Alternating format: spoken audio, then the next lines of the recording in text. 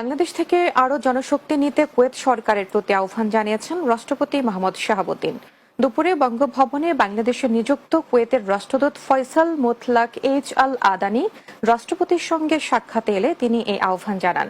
সাক্ষাৎকালে সফলভাবে দায়িত্ব পালনের জন্য কুয়েতের বিদায়ী রাষ্ট্রদূতকে ধন্যবাদ জানান রাষ্ট্রপতি। তিনি বলেন, কুয়েতের সাথে বাংলাদেশের দ্বিপাক্ষিক সম্পর্ক অত্যন্ত চমৎকার। বাংলাদেশে প্রচুর দক্ষ ও আধা দক্ষ জনশক্তি রয়েছে উল্লেখ করে রাষ্ট্রপতি বলেন, এই জনশক্তি কুয়েতের চলমান উন্নয়ন প্রক্রিয়াকে ত্বরান্বিত করতে গুরুত্বপূর্ণ ভূমিকা রাখতে পারে।